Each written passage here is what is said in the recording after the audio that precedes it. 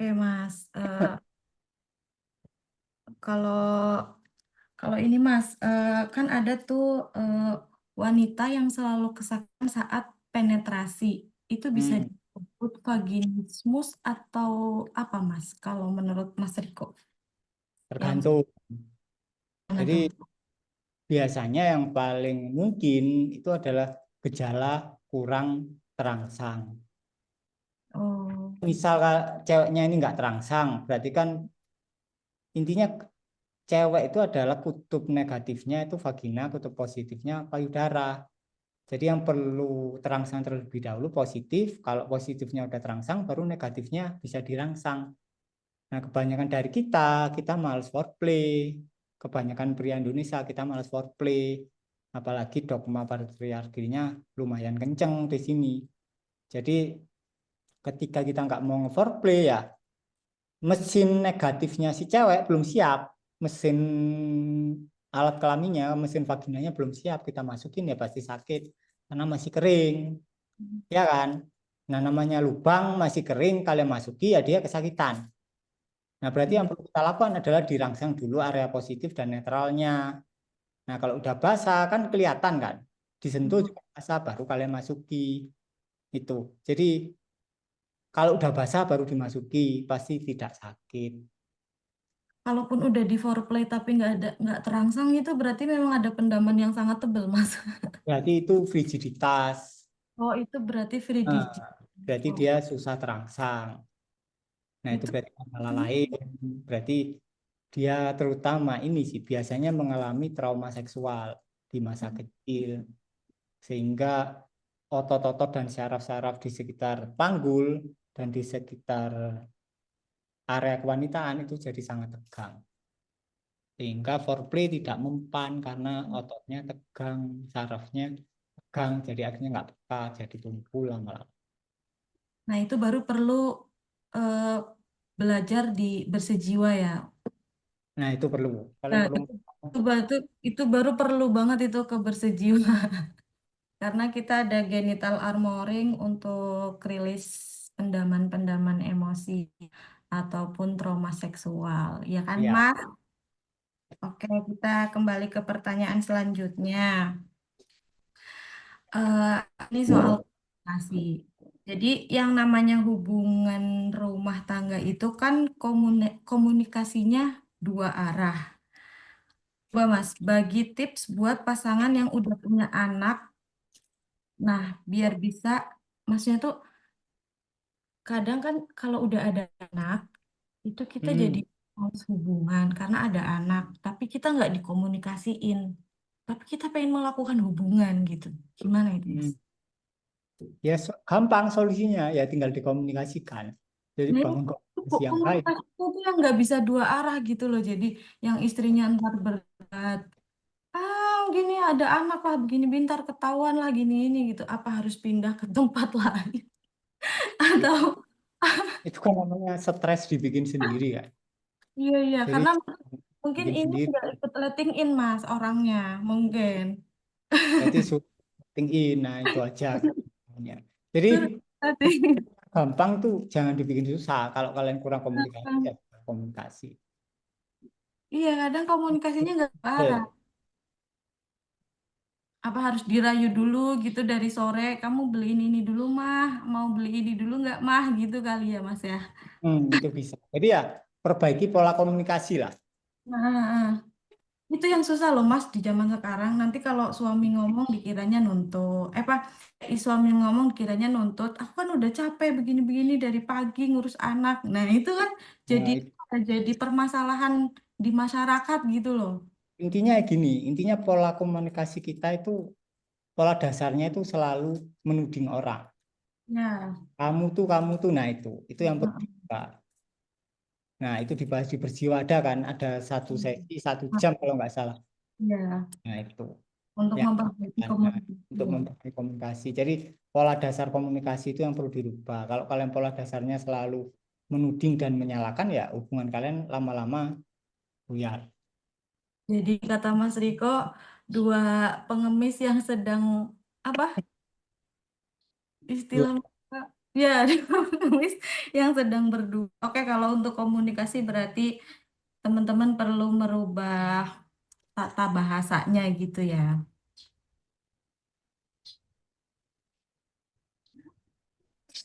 Nah, terus yang soal ini kita bahas tentang transmutasi energi seks. Misalkan suaminya ikut bersejiwa bagian transmutasi energi seksual. Nah, tapi istrinya nggak ngerti apa-apa gitu loh. Istrinya tuh nggak belajar Latin in, pokoknya istrinya tuh nggak tahu tentang bersejiwa. Tapi suaminya mau melakukan transmutasi energi seks, sedangkan transmutasi energi seks ini kan perlu dua orang yang sama-sama tahu gitu loh Mas. Gimana itu Mas ngajak istrinya? Ini keresahan orang-orang ikut intimasi spektrum Mas. Nah, itu. Jadi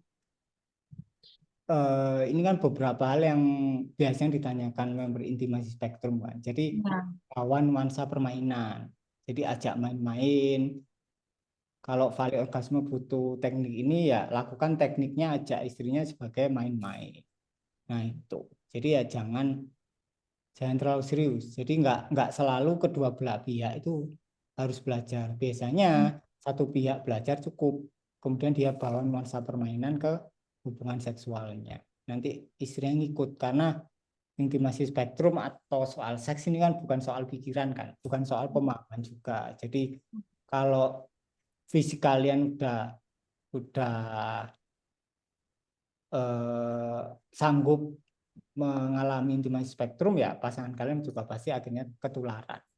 Jadi itu. Jadi soal seks ini kan lebih ke fisikal kan, hmm, soal pemahaman. Jadi yang penting adalah prakteknya, kemudian ajak ajak pasangan kalian ya kasihlah pengertian dikit tapi dalam nuansa permainan, bukan nuansa ritual.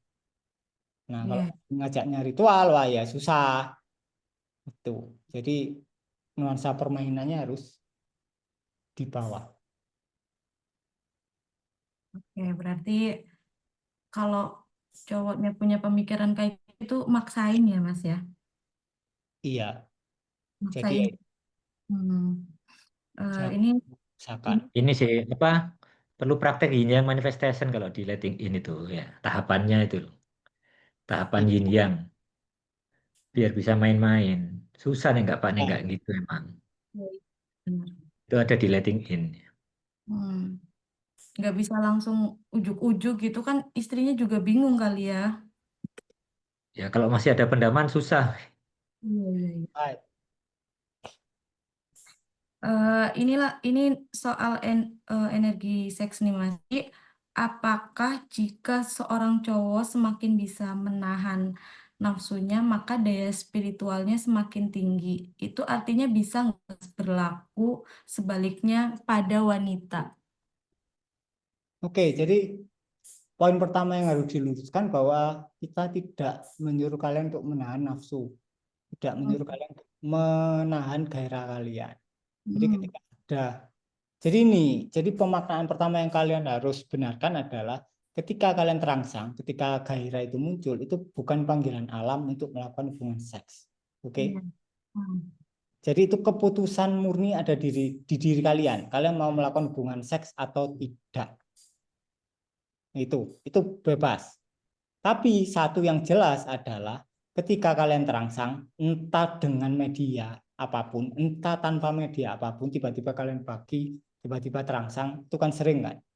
Nah, itu adalah salah satu kesempatan untuk menyadari ini pola aliran energi. Jadi ketika kalian mulai naik terangsang ya udah dibiarin, disaksikan gairahnya. Nanti kalian akan tahu, oh gairah itu ternyata ini. Nah, itu kalian harus praktek.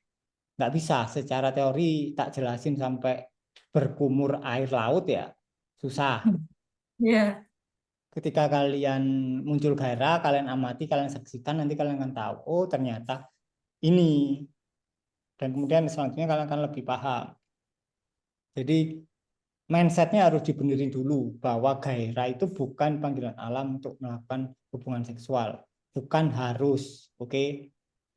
Nah, ketika kalian mengira bahwa eh, horny atau bergairah adalah panggilan alam untuk hubungan seksual, akhirnya kalian akan hanya ada dua pilihan. Pilihan pertama adalah berhubungan seksual, pilihan kedua adalah menahan. Hmm. Nah itu. Tapi kalau mindset kalian benar, pemaknaan kalian benar, bahwa gairah bukan selalu panggilan alam untuk berhubungan seksual ya, kalian bisa mengamati. Itu. Jadi mindsetnya yang perlu dibenerin. Itu udah dibahas di sesi pertama tadi. Jadi itu. Iya, iya, iya. Untuk energi ya kalian harus mengalami sendiri. Apa itu gairah? Berarti itu berlaku untuk cewek cowok ya Mas ya? Iya, Nggak yang sama. semakin Sama. tinggi. Iya, iya, iya. Oke, oke. Jadi gini, jadi ketika orang mulai biasanya ketika di area spiritual, ketika orang mulai masuk ke meditasi, kemudian ketika mulai praktek yoga ataupun letting in, biasanya poin pertama mereka mulai hornian, Iya, gampang. benar. Nah, berarti kan itu kan salah satu tanda kalau tubuh kalian mulai lancar aliran energinya sehingga akhirnya kalian gampang terangsang. Nah, itu hal yang wajar. Tapi ketika sesuatu yang wajar ini kalian anggap sebagai sesuatu hal yang negatif, akhirnya kalian balik kucing. Badan kalian akhirnya tegang lagi karena kalian nolak. Jadi ketika kalian sekarang posisinya belajar spiritual, terus kalian gampang horny, gampang bergairah, itu hal yang wajar. Jadi ya dibiarkan. Oke, jadi mindsetnya dibenerin. Bergairah itu bukan aturan baku kalian harus berhubungan seksual. Kalau kalian Masih. itu aturan baku bahwa kalian harus berhubungan seksual saat bergairah ya, akhirnya muncul opsi kedua yaitu ditahan, tambah biar. Nah, itu. Dan mungkin ini masturbasi yang berlebihan. Hmm. Ya, itu Nah, juga ini ya Mas. jadi kalau kalian pria kemudian tiba-tiba ereksi ya wis biarin orang ngacung doang, nggak usah diapain kan turun sendiri kan. Nah itu. Jadi Iya, iya. Bagaimana nih teman-teman, seru nggak Q&A bareng Mas Riko Hutama seputar materi yang ada di Bersejiwa? Nah, untuk teman-teman yang mau Q&A, teman-teman bisa langsung chat di info admin atau enggak teman-teman bisa langsung bales di kolom komentar yang ada di YouTube Bersejiwa. Nanti bakal dijadiin video lagi dan pembahasannya akan lebih seru. Oke teman-teman, terima kasih.